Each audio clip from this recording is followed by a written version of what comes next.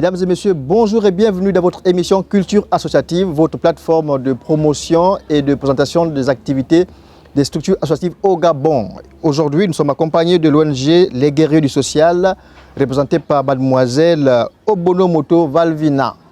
Et donc, pour commencer, déjà, madame, qu'est-ce que c'est l'ONG Les Guerriers du Social? L'ONG Les Guerriers du Social est une organisation non gouvernementale comme toute autre, basée sur l'entraide, l'assistanat des populations qui ont besoin de s'autonomiser. Nos missions sont brigadiennes, dans le sens où il faut améliorer les conditions de vie de ces populations et les amener à leur autonomisation. Quels sont vos objectifs? Les objectifs à atteindre, c'est, comme je le disais, l'amour du prochain. Voilà. L'amour du prochain? Oui. Alors, d'où vous est venue l'idée de créer cette ONG des Guerriers sociaux? L'idée nous est venue en décembre 2019 par un regroupement de nos membres. Et l'idée s'est matérialisée début janvier 2020, partant d'un constat sur les mauvaises conditions de vie de certaines populations. Donc nous avons assisté dans certains quartiers sous-intégrés et ça nous a touché énormément, où nous avons décidé tantôt de faire quelque chose pour ces populations et de porter haut leurs préoccupations pour essayer d'améliorer leur mode de vie. On remarque que vous avez beaucoup d'activités autour de la décharge de Mindoubé. Pourquoi le choix de la décharge de Mindoubé? Le choix porté sur Mindoubé est dû d'abord à la condition même de sa population.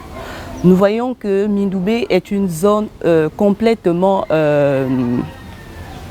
issue des populations qui sont précaires, vulnérables et qui vivent dans de très mauvaises conditions. D'où nous avons décidé, tous les membres, d'un commun accord, de faire quelque chose pour cette partie de Libreville, parce qu'il y a des populations très vulnérables qui souffrent. Donc il fallait vraiment mettre l'accent dessus, parce que là-dedans nous trouvons des couches sociales assez minoritaires et qui ont besoin de l'aide. Et c'est pour cette raison que nous nous sommes appuyés sur cette population particulièrement, parce qu'elle vit dans des conditions vraiment très difficiles, précaires, où il fallait vraiment faire quelque chose. D'accord. En dehors des Mindoubé, est-ce que vous avez déjà mené des actions ailleurs, dans le Grand Libreville ou même à l'intérieur du pays? Oui, exactement. L'an dernier, nous avons commencé par une campagne sur la sensibilisation, sur les malformations des enfants, dont la tranche d'âge varie de 0 à 10 ans. Nous avons trouvé que ces enfants avaient des malformations physiques et que ces enfants étaient victimes de stigmatisation. D'où nous avons vu certaines personnes pour nous aider à mettre sur pied cette caravane chirurgicale basée sur la petite chirurgie des enfants de cet âge-là. D'où nous avons rencontré des maladies telles que les becs de lièvre. Ça nécessitait forcément une chirurgie, et des enfants qui ont par exemple des problèmes au niveau de la tête, okay, et un peu des yeux, et puis qui n'ont pas de possibilité de se faire circoncire. Donc nous avons mené cette caravane dans le but de venir en aide à ces populations, puisque ce sont des populations issues des couches sociales diminuées. Ils n'ont pas facilement l'accès aux soins chirurgicaux, donc il fallait forcément faire quelque chose pour eux.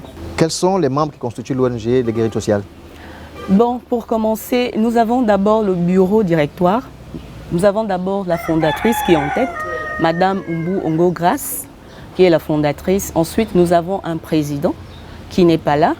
Et nous avons un secrétaire général. Et ensuite, nous avons un chargé de communication que je suis.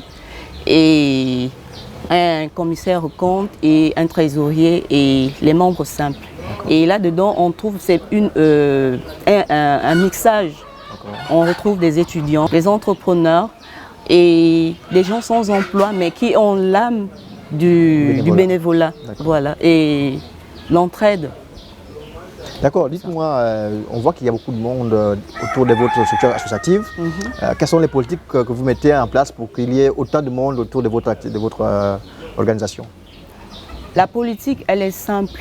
Nous disons à des personnes qui veulent bien adhérer à l'ONG que nous ne sommes pas des gens qui demandent beaucoup.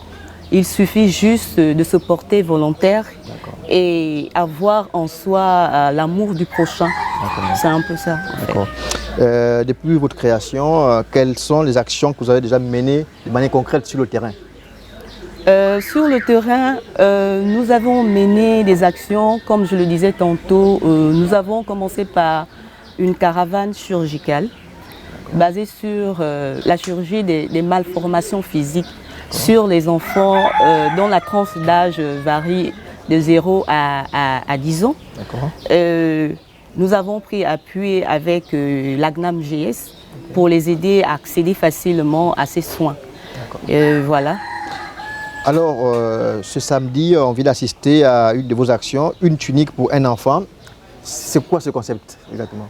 Une tunique pour un enfant, c'est tout simplement de l'assistanat. D'accord. Voilà, ça englobe l'assistanat. Vous voyez, vous pouvez tout avoir, mais quand vous êtes nu, vous n'avez vraiment pas grand-chose.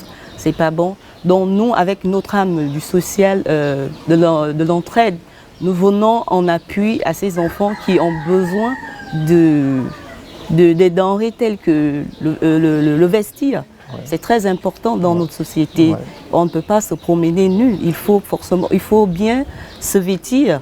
Et même si ce n'est pas de la haute couture, mais au moins chaque être humain sur la terre, encore plus un Gabonais, il a besoin de se vêtir. Et nous sommes portés garants de donner quelque chose comme un vêtement à ces enfants qui en ont besoin. Est-ce que c'est spontané ou bien c'est permanent?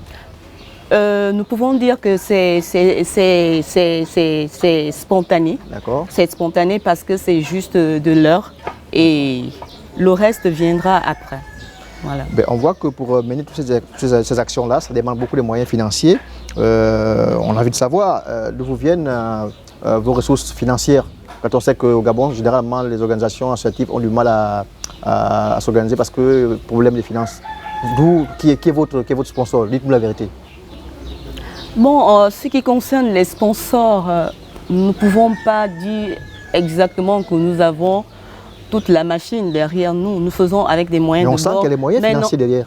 Exact, mais n'empêche que nous avons vu quand même certains bras qui nous ont été tendus, tels que l'ancien secrétaire général adjoint du pétrole et des hydrocarbures nous a beaucoup soutenu lors de la caravane chirurgicale. Nous avons aussi la fondatrice elle-même qui est directrice des établissements Ongo et Fils, voilà, qui est une agence immobilière. Et aussi avec ce que nous pouvons faire entre nous les membres, c'est-à-dire on a une petite caisse qui nous permet de venir à bout à tous ces besoins. On se cotise parce que là-dedans il y a des entrepreneurs, des étudiants et puis cette caisse-là nous permet de gérer en fait tous ces besoins-là. D'aucuns disent que derrière les guérilleries sociales, il y a un homme politique qui vous soutient ou que votre structure associative a été créée, on va dire, pour plaire aux hommes politiques. Est-ce que c'est vrai? Non, c'est pas vrai du tout. Ce sont des jeunes qui ont eu le souci de venir en aide à leurs prochains, aux Gabonais qui sont économiquement faibles. Et nous apportons juste notre pierre à l'édifice en faisant du social. Nous n'avons pas l'apport d'aucun homme politique. Nous le faisons avec nos propres moyens. D'accord. Vous savez que le Gabon, comme le monde entier, a été frappé par la Covid-19. Vous, en tant qu'ONG qui fait de le social, qu'est-ce que vous avez fait sur le terrain pour les populations vulnérables? Sur le terrain, durant cette période sensible due à la Covid-19, nous nous sommes mobilisé massivement. Et nous avons aussi eu l'apport de la fondation Sylvia Bongo-Ndimba, la première dame, qui nous a octroyé des kits. Il y a eu 100 kits au départ et ensuite nous avons eu 500 kits.